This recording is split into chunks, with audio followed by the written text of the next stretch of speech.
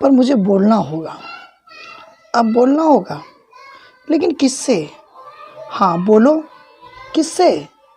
कौन? तुम क्या कहोगी? नहीं, बोलूँगी, ज़रूर बोलूँगी। हाँ, आज ही आने दो उस जालिम को, आज ही। क्या बोलेगी? तुम्हें ना छुए? वो हंस देगा, तुम्हारी गर्दन मरोड़ देगा। कोई सरोज से क्यों नहीं कुछ कहता? सब मेरा क्यों फ़ायदा उठाते हैं? तुम बेवकूफ़ हो, बोगी हो, पत्थर हो, भाटा हो। उफ, अम्मा की दी हुई उपाधियों से कब उबर पाऊंगी? रात 9:30 भैया बरामदे में खड़े सिगरेट पी रहे थे। मैं वहाँ साथ जाकर खड़ी हो गई। भैया? उन्होंने देखा। उफ, आप? हाँ मैं भी इसी वक्त ऊपर से कूदकर आत्महत्या करना चाहती हूँ। और मैंने एक पैर रेलिंग पर रखा। Shut up you stupid girl. और उन्होंने हाथ पकड़ लिया। हाथ छोड़िए। मेरे दबे गले से तेज हवा की सीटी गूंज रही थी। पहले प्रॉमिस करो कि ऐसा कोई काम नहीं करोगे। आप प्रॉमिस कीजिए कि हाँ, प्रॉमिस, सौगंध बाबूजी की। वह टॉर्नेडो के पास ही शांत थी। खैर, उसके पास कभी कुछ नहीं घटा। उसके बाद कभी कुछ नहीं घटा प्रिया के साथ। बस बदले में मुझे झेलनी पड़ी एक गहरी घृणा और उपेक्षा। फीस के पैसे नहीं देते, छोटी छोटी ज़रूरतों का मोहताज होना, कोई फ़र्क नहीं पड़ता। घर सुरक्षित लगने लगा था। मुझे याद नहीं कि मेरी दादी कैसी थी, ना मुझे नानी की गोद याद आती है। हाँ, नानी का घर याद आता है। बड़ा बाजार, हरीशन रोड। हम लोग साल में कुल 4 बार जाते थे। सावनी तीज, होली की गणगौर का सिंघारा, राखी और दीपावली के दूसरे दिन पहुँचने। सिंघारे में नानी 11 रुपये देती। खाने में तिवारी का समोसा, सफ़ेद रसगुल्ला, कचौड़ी, आलू की सब्जी, भरमा परवल और दाक छुहारे की चटनी। दिवाली पर दिलखुश बर्फ़ी यानी दाल की बर्फ़ी और दही बड़ा और आलू मटर की सब्ज़ी, गोभी की सूखी सब्ज़ी। गोभी की सब्ज़ी हम लोग नहीं बोल सकते थे, अम्मा गोभी से गाय समझती। फूल की भी नहीं, क्योंकि छोटी मौसी की बेटी का नाम फूल था। तब क्या बोलूँ नानी जी? किसका साग? कस्तूरी तेरे यहाँ छोड़ी तो बहुत ही माथे खा जाओ। हाँ, अपराधी महसूस करती। मैं धीरे से नानी के कमरे में चली जाती। मुझे बचपन से हमेशा छोटी नानी ज़्यादा अच्छी लगी, मगर अम्मा का, जमुना मौसी का, सबका रुख छोटी नानी के लिए उपेक्षा लिए हुए होता। हम लोगों को खाना छोटी नानी ही खिलाती। हाँ, रुपया भरी नानी देती। कौन थी छोटी नानी? क्या नानी ने 2 शादी की थी? नाना ने 2 शादी की थी? नहीं, बस ऐसे ही रह गई थी। यह भी बाद में बड़ी जीजी ने बताया। मगर मामा ने दोनों नानी जी लोगों का बराबर किया, बिना किसी भेदभाव के। और बाद में मामा के साथ भी 2 मामियाँ। छोटी मामी मामा के 30 साल छोटी थी। छोटी मामी मामा से 30 साल छोटी थी। वह मामी खरीद कर लाई गई थी। दुबली पतली, छरहरे बदन वाली फैशनेबल छोटी मामी, जिन्हें ब्याह के बाद भी परिवार में कभी सम्मान नहीं मिला, जिनका चरित्र लोग खुली सभा में बखारते। कितना सच और कितना झूठ पता नहीं, पर बहुत वर्षों बाद एक बार मामी को अम्मा के सामने यह कहते सुना, मुझे क्यों लाए थे आपके भाई? बच्चा पैदा करना ही ना, तो जनकर पटक दिया। बच्चे क्या मेरे कहलाए? कैलाश तो आज भी बड़ी माँ के हाथ से खाता है, उन्हीं के पास सोता है। मेरे साथ तो उसे बाहर जाने में भी शर्म आती है। कहता है तुम मेरी भाभी लगती हो, माँ नहीं। कुल मिलाकर मेरी ज़िंदगी में प्यार का एक ही घूटा था, जो सदा एक ही ज़मीन में वहीं का वहीं गड़ा रहा था। आंधी, पानी, धूप और धूल, बिना किसी शिकवे और शिकायत के। वह था दादी माँ का खूंटा, मेरी दाई माँ, क्या मेरी दाई माँ जैसी स्त्री अब भी बची है? मुझे तो माँ का लाया हुआ एक भी खिलौना याद नहीं आता, पर दाई माँ हर मंगलवार को काली मंदिर जाती और उसके लौटते ही मैं लिपट जाती। दाई माँ दिखाओ ना क्या क्या लाई, मेरी चूड़ी। और दाई माँ पेरा कहाँ है? दाई माँ तुम पेरा और किसी को नहीं देना? सरोज को तो बिल्कुल ही नहीं। ना, हम काहे को दें? हम काहू के नहीं दे।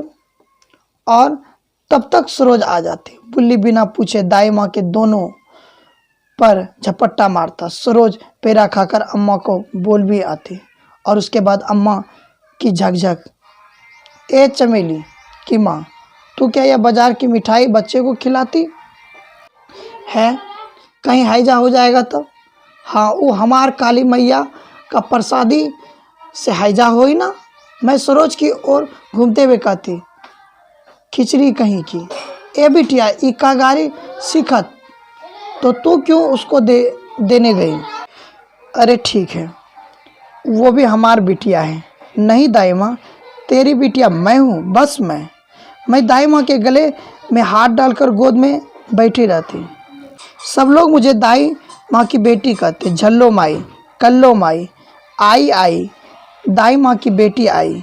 हमारे घर में तूक बंदी करने में छोटे भैया माहिर थे। भैया लोग, जीजी लोग सब चिढ़ाते। मैं दाई माँ की थाली में एक साथ खाना भी खाती। बिना उसके साथ खाए मेरा पेट भी नहीं भरता।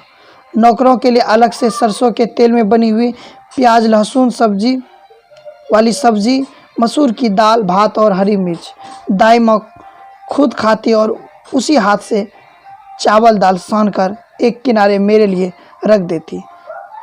हमारे यहाँ दाई माँ या तो बरामदे में खाती थी या चौके में, पर सारा घर जब खा लेती तभी वह खाने बैठती। कभी मैं देखती उसके भोजन में सब्जी नहीं। दाई माँ, सब्जी क्या हुई? अरे और हरिया ले गया। तूने क्यों नहीं मना किया? जावे देव, आज हम लोग दाल भात ही खाओ। आने दो आज बाबूजी को, मैं शिकायत करूँगी। ना बिटिया, ये छोट छोट बात कभी मर्द के कान में नहीं देव चाहिए। क्या दाई माँ की ट्रेनिंग ही थी उसकी ज़िंदगी के ठुनकों की ओर मेरा ध्यान ही नहीं गया। किसने मुझसे कितना लिया और बदले में कितना दिया, इसका मैं हिसाब ही नहीं कर सकी। दाई माँ ने कभी लेना देने का हिसाब किया ही ना था, शायद नहीं। दाई माँ जब देश से आती, उसकी पोटली में खिलौने की पिटारी, जरी के चुटीले, जौ का सत्तू, सब कुछ मेरे लिए सहेज कर रखा होता। मिट्टी के खिलौने से खेलते देख अम्मा चिढ़ जाती। ऊँट जैसी तो हो गई अब, यह कोई गुड़िया खेलने का समय है? हाँ, 10 बरस की लड़की अब औरत हो गई थी। फिर भी बचपन का कोई हरा कोना बचा था। मैं जरी का चुटीला लगाकर घूमती, अम्मा खुलवा कर रख देती। क्या फुहर जैसी डोल रहा है। पर जौ का सत्तू तो अम्मा को भी पता नहीं चलता। दाई माँ चुपके से लिट्टी बनाकर खिला जाती। दाई माँ, और दो ना। अब आज और नहीं, कल देव, नहीं तो पेट पिरहिए।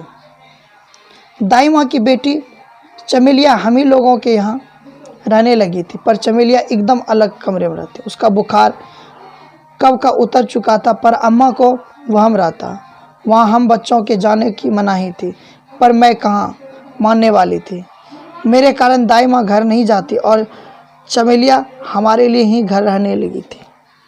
दाई माँ के साथ साथ ऊपर वाली कोठरी में मैं भी जाकर बैठ जाती। माँ बेटी की बातें सुनती रहती। चमेलिया खाती रोती, बस रोती रहती। मुझे उसके इन रोने की से बड़ी चीड़ होती, पर चमेलिया कपड़े की गुड़िया बहुत अच्छी बनाती। वह पहले सफ़ेद धोती को काटकर गुड़िया का मुंह बनाती, फिर उसमें रुई भरते, फिर काले धागे से आंखें उकेरती, लाल धागे से होठ और बिंदी, फिर गुड़िया का धर सिला जाता। गुड्डे का धर चपटा रहता। गुड़िया के धर में वह स्तनों को उभार रखती और बड़े किरेने से चोली सिलती। स्तनों को उभारते हुए चमेलिया हमेशा खिलखिला कर हंसती। ए माई, देख तो जरा, ई ठीक भइल का ना? नहीं। अरे चुप, ई का रंडियन जैसन खिलखिला रही है, तनिको शर्म नहीं आवत? आराम करना ही तो कहीं खून थूके लागी तो हम कहीं का ना रहूँ। मैं अपनी गुड़िया को लेकर नीचे खेलने गई। सरोज को दिखाया। वह अपनी वॉकी टॉकी विलायती गुड़िया ले आई। नीलू को बॉबी डॉग थी जिसकी एक छोटी बोतल भी थी। नीलू की गुड़िया पानी पिलाते ही बिस्तर गीला कर देती। हम लोग खिलखिलाकर हंसते। असल में ये दोनों गुड़ियाएँ बाबूजी का एक इतावली दोस्त लेकर आया था। उसने केवल मुझे और सरोज को ही देखा था। लेकिन जिस दिन गुड़िया आई उस दिन नीलू भी नानी के घर आए थे। अम्मा ने बेबी गुड़िया नीलू को दे दी। बड़ी वॉकी टॉकी सरोज ने झपट ली। अम्मा ने कहा, तुम दोनों बहनें मिलकर खेलो। दाई माँ की गोद में मुंह छिपाकर मैं बहुत बहुत रोई थी। खैर मुझे गुड़िया बनाने वाली मिल गई थी और चमेलिया ने कसम खाई थी, एकदम सच्ची काली माई की कसम की वो केवल प्रियाबाई के लिए गुड़िया बनाएगी। इसके बाद मैं गुड़िया लिए दाई माँ के साथ साथ उसकी दोस्त खेदरवा की माँ के पास भी गई। मेरी गुड़िया देखकर खेदरवा बहुत खुश हुआ। खेदरवा ने कहा, हम लोग गुड्डे गुड्डी का ब्याह रचाएंगे तो अगली बार एक हाथ की लंबी गुड़िया हो या घाघरा पहना दो। याद आया कि सल्लो जीजी ने शादी में घाघरा ही पहना था। अम्मा ने भारी भरकम घाघरों का तो कहना ही क्या, सच्चे माल के काम के। अम्मा के बड़े बड़े काले बक्सों में न जाने क्या क्या भरा हुआ था। भारी भारी जरदोज के काम के घाघरे, ओढ़नी, सच्ची जड़ी की बनारसी साड़ी। अम्मा इन भारी कपड़ों से बहुत चिढ़ती। अपने अतीत में झांकती हुई वे सल्लो जीजी से कहती, वह भी कोई जिंदगी थी। इन घाघरों को पहनो, बोरला बांधो, ओढ़ना ओढ़ो, हाथों में चूड़ा, पैरों में कड़ा। दादी तो ऐसा वेश बना देती कि क्या बोलूं। और फिर सुबह 4 बजे से तेरी दादी और ताई चक्की लेकर बैठ जाती। चक्की के घर घर के साथ सांवरिया तू ही तो पार लगासी। बेचारी अम्मा को भी उठना पड़ता। नानी कभी घाघरा नहीं पहनती थी।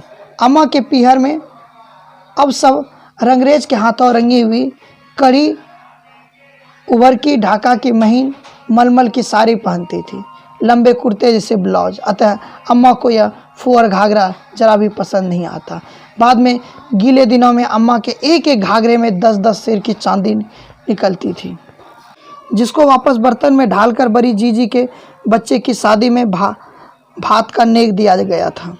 खैर चमेलिया से मैंने कहा, एक खूबसूरत सी गुड़िया बना कर दे, उसको घाघरा पहना और हाँ वह खड़ी हो सके ताकि दूल्हा उसके गले में वरमाला डाल सके। यह क्या लुगदी वाली गुड़िया की बिना दीवार का सहारा लिए खड़ी नहीं हो सकती? चमेलिया भी अपना माथा खुजला रही थी। गुड़िया अपने आप खड़ी हो? हाँ, सरोज बाई की गुड़िया तो चलत रहत है, पर वो बिलायती मैम है।